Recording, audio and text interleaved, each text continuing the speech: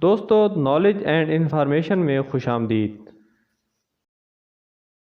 ناظرین کرام، مورخین عرب کے رہنے والوں کو جو حضرت نوح علیہ السلام کے بیٹے سام کی اولاد ہیں 3 حصوں میں تقسیم کرتے ہیں: عرب بائدہ، عرب عاربہ اور عرب مستعربہ۔ عرب بائدہ عرب کے وہ پرانے باشندے ہیں جن کا اب نام و نشان بھی اس دنیا میں نہیں رہا۔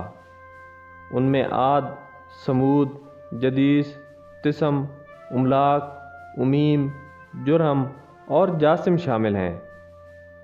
عرب بائدہ میں سے اکثر خدا کے عذاب کا شکار ہو کر ہلاک ہوئے۔ دوسرے نمبر پر ہیں عرب عاربہ۔ یہ یمن اور اس کے قرب و جوار کے باشندے ہیں اور بنو قحطان کہلاتے ہیں۔ تیسرے نمبر پر عرب مستعربہ۔ یہ حجاز اور نجد وغیرہ کے باشندے ہیں اور حضرت اسماعیل علیہ السلام کی اولاد میں سے ہیں۔ ان میں بہت سے قبیلے ہیں جن میں ربیہ اور مضر مشہور ہیں۔ مضر ہی کی ایک شاخ قریش بھی ہے جس سے نبی کریم صلی اللہ علیہ وآلہ وسلم کا تعلق ہے۔ عرب مستعربہ کو بنو عدنان بھی کہتے ہیں۔ عرب کے تمام قبیلوں میں خاندان قریش کو خاص امتیاز حاصل تھا۔ قریش عرب کا ایک مشہور، قابل عزت اور ایک اہم ترین قبیلہ تھا۔ حضور نبی کریم صلی اللہ علیہ وآلہ وسلم کے جد امجد قصی ابن کلاب کی اولاد کو قریش کہا جاتا ہے۔ قصی ابن کلاب نے اہل عرب کو ایک مرکز پر جمع کیا تھا، اس لیے وہ قریش کہلائے۔ قریش عربی کے لفظ تکرش سے نکلا ہے جس کے معنی جمع کرنے کے ہیں۔ تاریخ طبری کے مطابق قصی ابن کلاب وہ پہلے شخص ہیں جنہیں قریش کہا گیا۔ عرب کے تمام قبیلوں میں خاندان قریش کو خاص امتیاز حاصل تھا۔ خانہ کعبہ جو تمام عرب کا دینی مرکز تھا، اس کے متولی یہی قریش تھے اور مکہ معظمہ کی ریاست بھی انہی کے پاس تھی۔ ہاشم، امیہ، نوفل، عبدالدار، اسد، تیم، مخزوم، عدی، یہ سب قبیلہ قریش کی بڑی بڑی شاخیں تھیں۔ مکہ معظمہ کی تمام ذمہ داری کے عہدے انہی شاخوں میں بٹے ہوئے تھے۔ پھر قریش میں بھی بنی ہاشم کا خاندان سب سے زیادہ ممتاز تھا کیونکہ اکثر بڑے بڑے عہدے ان کے پاس تھے۔ ہاشم بن عبد المناف حضرت محمد صلی اللہ علیہ وآلہ وسلم کے پردادا تھے۔ ان کی اولاد قریش کے معزز ترین قبیلہ بنو ہاشم کے نام سے مشہور ہے۔ ان کا اصل نام عمرو تھا۔ ہاشم اس لیے کہا گیا کیونکہ وہ مکہ کے زائرین کی تواضع ایک خاص عربی شوربہ سے کیا کرتے تھے جسے حشم کہا جاتا ہے۔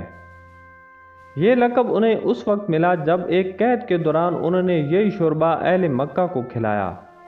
آپ حضرت اسماعیل علیہ السلام کی اولاد میں سے تھے اور مکہ کے مشہور تاجر اور نہایت معزز تھے۔ عرب میں میلوں کا بھی دستور تھا۔ رجب، ذیقعد، ذی الحجہ اور محرم کے 4 مہینے میلوں کے لیے مخصوص تھے۔ ان میلوں میں سب سے بڑا میلہ اوکاز کا تھا جو مکہ کے مضافات اور طائف کے قریب لگتا تھا۔ یہ میلہ 20 دن تک جاری رہتا تھا۔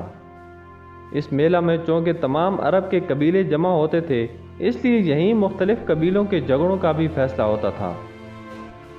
اسلام سے پہلے واقع فیل خاص طور پر قابل ذکر ہے۔ 6 صدی عیسوی کے درمیان یمن کا ایک رئیس ابرہہ جو عیسائی مذہب کا ماننے والا تھا اور حبش کی عیسائی سلطنت کے ماتحت تھا، اس کو عیسائی مذہب کی اشاعت کا بڑا خیال تھا۔ چنانچہ اس نے دارالسلطنت صنعا میں ایک عالیشان گرجا تعمیر کروایا اور عرب والوں کو ترغیب دی کہ وہ خانہ کعبہ کا حج اور طواف کرنے کی بجائے اس گرجا کا حج اور طواف کیا کریں۔ ابرہہ کا مقصد یہ تھا کہ اس طرح عرب کے لوگوں کو عیسائی بنا لیا جائے گا۔ عرب کے اکثر قبیلوں نے ابرہہ کا یہ حکم ماننے سے انکار کر دیا، تو اس نے سوچا کہ خانہ کعبہ کو مسمار کر کے قصہ ہی پاک کر دے۔ چنانچہ وہ بہت بڑے لشکر کے ساتھ، جس میں 13 ہاتھی بھی تھے، کعبہ کو مسمار کرنے کے لیے چلا۔ ابرہہ کا لشکر جب مکہ کے قریب پہنچا تو انہوں نے مکہ والوں کا بہت سا سامان لوٹ لیا، جس میں ہمارے نبی کریم صلی اللہ علیہ وآلہ وسلم کے دادا سردار مکہ حضرت عبد المطلب کے 200 اونٹ بھی تھے۔ عبد المطلب لشکر گاہ میں ابرہہ کے پاس پہنچے۔ ابرا نے ان کی بڑی تعظیم کی اور اپنے برابر بٹھایا اور پھر آنے کی وجہ پوچھی۔ عبد المطلب نے کہا کہ آپ کے سپاہی میرے 200 اونٹ لے آئے ہیں، انہیں واپس دلا دیجیے۔ جس کے جواب میں اس نے کہا، اے سردار مکہ، مجھے تعجب ہے کہ تم نے اپنے اونٹوں کے متعلق تو سوال کیا مگر کعبہ کے متعلق کچھ نہ کہا جسے میں گرانے آیا ہوں۔ عبد المطلب نے جواب دیا، اے بادشاہ، میں تو اونٹوں کا مالک ہوں، لہذا مجھے ان کی فکر ہوئی، جو کعبہ کا مالک ہے وہ اس کا انتظام کر لے گا۔ ابرا اس کا جواب سن کر چپ ہو گیا اور حضرت عبد المطلب کے اونٹ واپس کرنے کا حکم دیا۔ ابرا کے پاس سے لوٹ کر حضرت عبد المطلب کعبہ میں گئے اور اس کا حلقہ پکڑ کر اللہ تعالیٰ سے اس کی حفاظت کی دعا مانگی، اور پھر سب مکہ والوں کو لے کر آس پاس کی پہاڑیوں میں چھپ گئے۔ اللہ تعالیٰ نے عبد المطلب کی دعا قبول فرمائی۔ جو ہی ابرا نے مکہ میں داخل ہونے کا ارادہ کیا، ہزارہا پرند فضا میں چھا گئے، جن کی چونچ اور پنجوں میں چھوٹی چھوٹی کنکریاں تھیں۔ یہ کنکریاں انہوں نے ابرا کی فوج پر برسانی شروع کر دی۔ کنکریاں کیا تھیں؟ خدا کا عذاب تھیں، جن کے سر پر پڑی انہیں زندہ نہ چھوڑا۔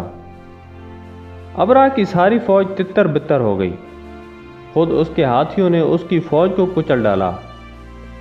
ابرا اپنے کچھ ساتھیوں کے ساتھ بھاگ کر یمن پہنچا، جہاں کچھ عرصہ بعد وہ مر گیا۔ مکہ والوں نے اس غیبی فتح کی بڑی خوشی منائی اور اسے کسی آنے والے مبارک واقعہ کا نیک شگون قرار دیا۔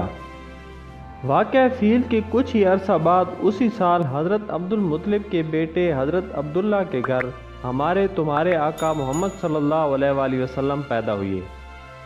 آپ صلی اللہ علیہ وآلہ وسلم کی تاریخ پیدائش 12 ربیع الاول سن فیل یا 20 اپریل 571 عیسوی سوموار کا دن ہے۔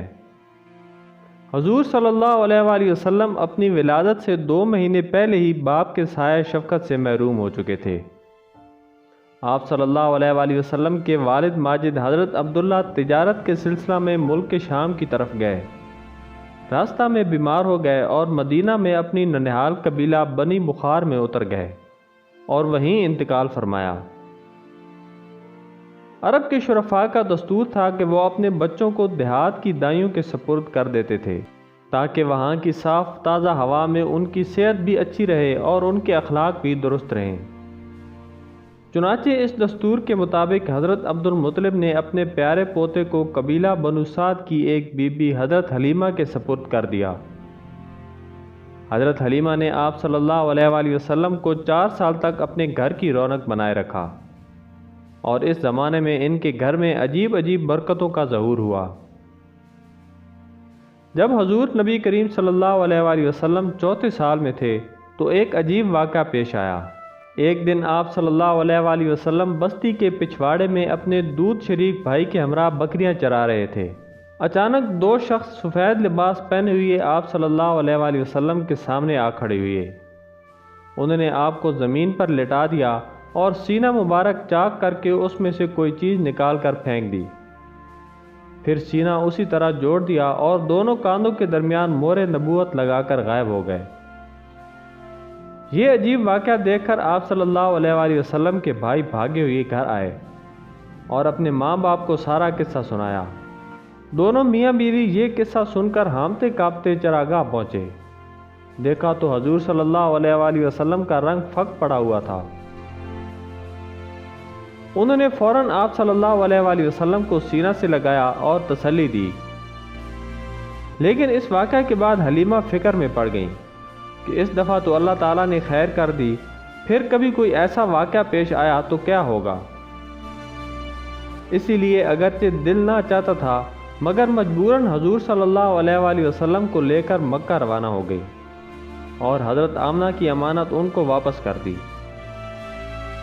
سرکار دو عالم صلی اللہ علیہ وآلہ وسلم کی عمر جب 6 سال کی تھی تو آپ صلی اللہ علیہ وآلہ وسلم کی والدہ محترمہ آپ کو آپ کے والد ماجد کے ننہال مدینہ منورہ لے گئیں۔